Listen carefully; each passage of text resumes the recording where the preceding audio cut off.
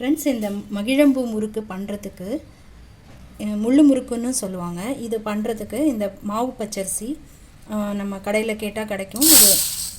இந்த பச்சரிசி பார்த்துக்கோங்க. இது வந்து ஒரு 4 டம்ளர் எடுத்துக்கலாம்.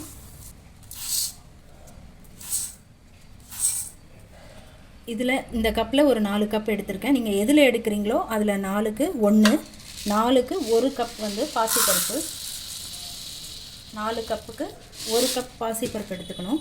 இந்த பாசிப்பருப்பை லைட்டாக வறுத்து நம்ம இதோட ஆட் பண்ணிக்கணும். இதை வறுத்துட்டு நான் இதில் ஆட் பண்ண போகிறேன். ஆட் பண்ணும்போது உங்களுக்கு காமிக்கிறேன்.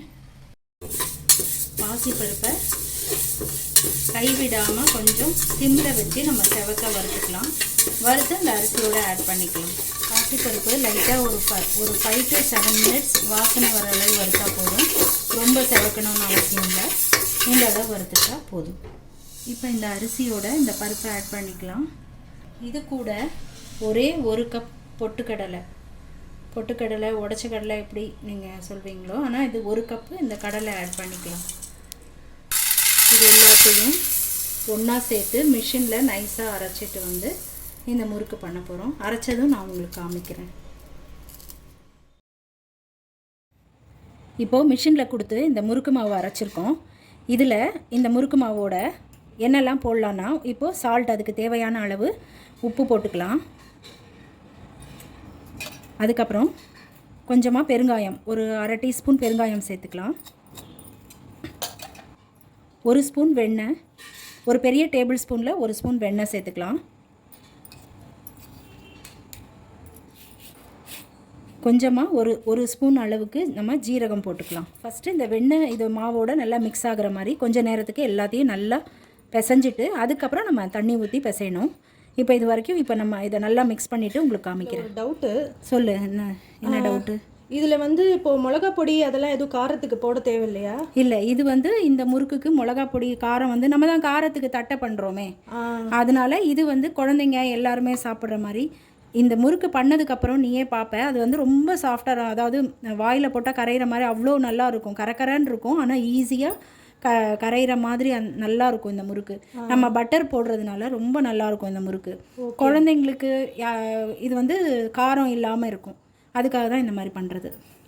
ஓகே. இப்போ இது கூட நம்ம கொஞ்சம் கொஞ்சமாக தண்ணி விட்டு, மொத்தமாக டக்குன்னு கொட்டிடக்கூடாது தண்ணியை, கொஞ்சம் கொஞ்சமாக தண்ணி விட்டு மிக்ஸ் பண்ணி முறுக்கு அச்சில் போட்டு பிழிய வேண்டியதுதான்.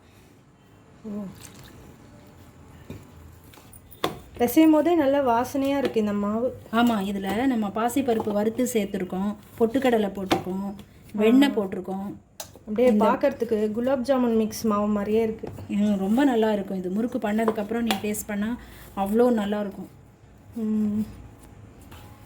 ஸோ இந்த மாவுக்கான பதம் இதுதான். ஆமாம், முறுக்குக்கு இப்போ கரெக்டாக இருக்குது. இதுதான் பதம்.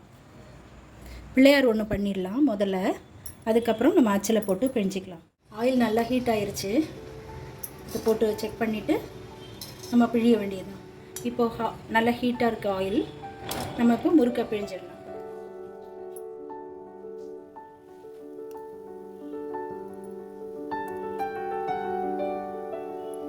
இதை உடனே கிளறாமல் 1 நிமிஷம் நம்ம அதை பிழிஞ்சிட்டு ஒரு கொஞ்சம் நேரம் கழித்து லைட்டாக கீழேருந்து லைட்டாக எடுத்து விடணும். அதுக்கப்புறம் இதை வந்து நீங்கள் என்ன, நல்ல ஹீட்டான ஆயிலில் ஹீட் பண்ணிவிட்டு பிழிஞ்சிட்டு ஆயிலை வந்து நீங்கள் லோ ஃப்ளேமில் வச்சுக்கோங்க. ஹையில் வச்சு பண்ணாதீங்க. ஹையில் வச்சு பண்ணால் அது டக்குன்னு செவந்துடும், உள்ளே வேகாமல் இருக்கும்.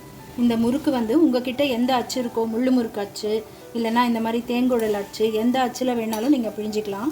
இது வந்து கொஞ்சம் சாஃப்டாக குழந்தைங்க சாப்பிட்றதா இருந்தால் கூட குத்தாமல் இருக்கும், அதுக்காக நான் இந்த அச்சில் பிழிஞ்சிருக்கேன். உங்களுக்கு எது சௌரியமோ அதில் பண்ணிக்கலாம். சரி, இது இப்போ ஆறிடுச்சா? ஆறிடுச்சுமா. நான் கொஞ்சோண்டு எடுத்து டேஸ்ட் பண்ணி பார்க்கவா? தாராளமாக பண்ணிப்பார். எப்படி? ரொம்ப நல்லா இருக்குது பார்க்கவே. நல்லா கிறிஸ்பியாக இருக்கேன், டேஸ்ட்டாக இருக்குது. நல்லா இருக்கா? சூப்பராக இருக்குது. இந்த மாதிரி பண்ணுங்கள், ரொம்ப டேஸ்ட்டாக இருக்கும். நீங்கள் இதை பண்ணி பார்த்துட்டு எனக்கு கமெண்ட்ஸில் சொல்லுங்கள். லைக் பண்ணுங்கள், ஷேர் பண்ணுங்கள், சப்ஸ்கிரைப் பண்ணுங்கள். இது எவ்வளோ மொறுமொறுன்னு இருக்குன்னு உங்களுக்கு நான் உடைச்சி காமிக்கிறேன். நல்ல கிறிஸ்பியாக இருக்கும்.